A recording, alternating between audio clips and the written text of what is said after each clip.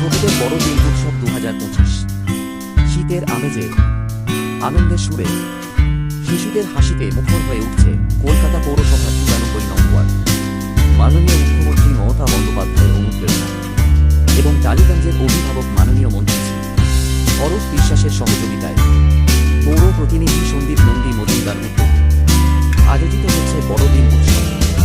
94 word উন্নয়ন foundation ও স্রষ্টা ও DT Basu মেমোরিয়ালের সহযোগিতায় গল্পকালীন পাখি এই বড়দিন উৎসব সাফল্যমণ্ডিত হয়েছে। 20 ডিসেম্বর নৃত্য প্রতিযোগিতা মধ্যে সূচনা হয়। 21 ডিসেম্বর আঁকন প্রতিযোগিতা ও মানসিক ভারসাম্য শিশুদের নিয়ে শিল্পচর্চা। 24 ডিসেম্বর পুরস্কার বিতরণী অনুষ্ঠানের মাধ্যমে বড়দিনের বিশেষ দিনে বিজয়ীদের সম্মাননা জ্ঞাপন করবেন সাংসদ সায়নী ঘোষ, মন্ত্রী অরূপ বিশ্বাস মহাশয়। দেখুন এই প্রতিবেদনটি।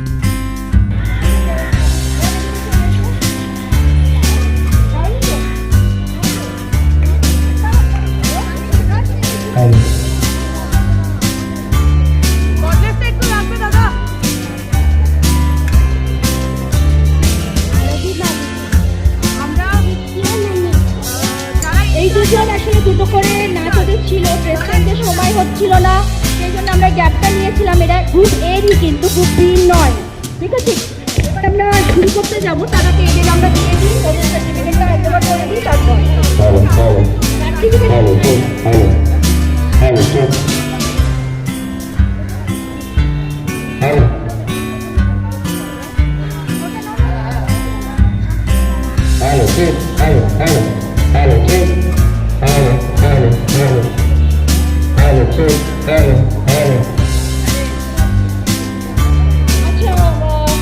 দাদা আমি আর কিছু ভালো করবেন না, আমি এদের ছেড়ে দিই, ঠিক আছে? বাইক চেকিং পরে করবেন।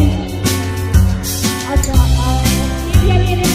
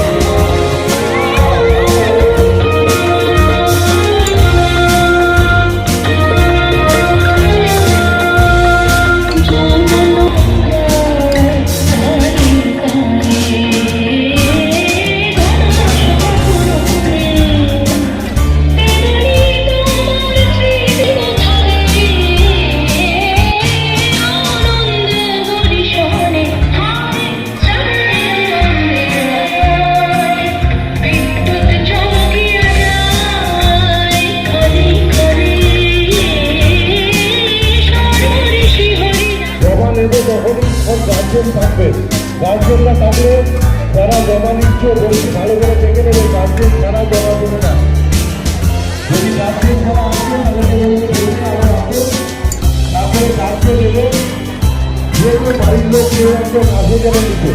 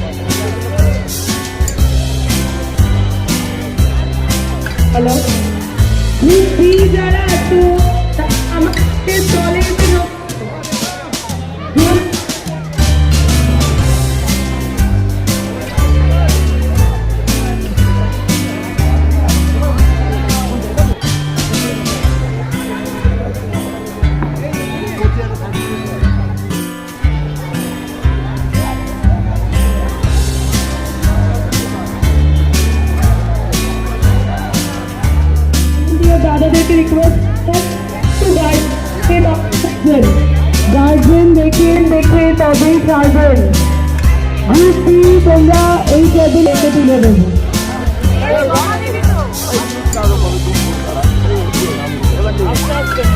একটুখানি ফাঁকা দেবে।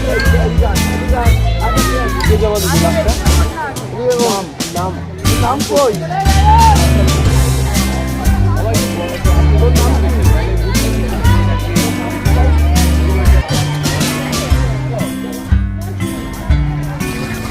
এখানে প্লিজ পেরেন্টসরা থাকবেন না।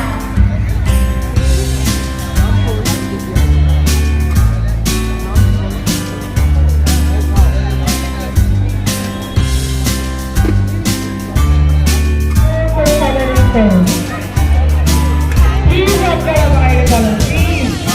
দেখুন আপনি কথা বলছেন, তাদের জন্য রেসপেক্টেড হচ্ছে।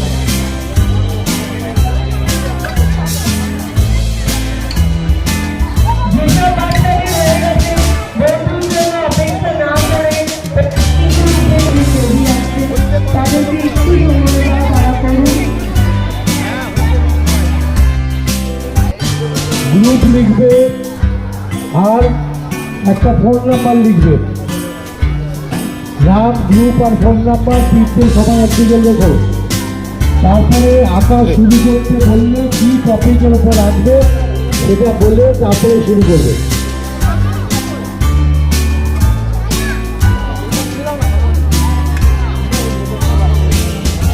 বসিয়ে দাও না, কোনো অসুবিধা নেই। এদিকে ভিড় হয়ে গেলে ওইদিকে বসুন, জায়গা থাকলে এখানে বসুন, তাহলে গ্রুপ দিয়ে অত হবে না। আমাকে তোমরা অন্যদিকে বসাবে।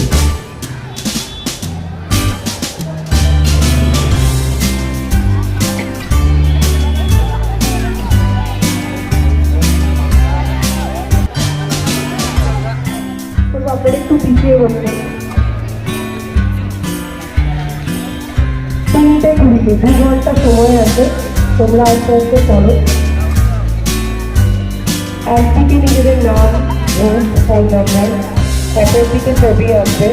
মার্জিন ইউজ করতে পারো, কিন্তু স্কেলের ব্যবহার ড্রয়িংয়ে করবে না, কোনো ধরনের পেনের ব্যবহার করবে না।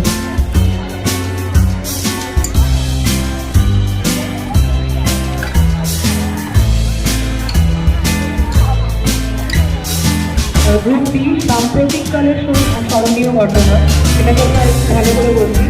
কোনো মেমোরেবল মুভমেন্ট রিসেন্টলি আমাদের আশেপাশে আমাদের সমাজে চ্যাম্পিয়ন ট্রফি ভারতবর্ষ জিতেছে, বা এই ধরনের ছোটোখাটো অনেক কিছুতে হয়েছে। তো ওরকম তোমরা যে কোনো রিসেন্ট মোমেন্ট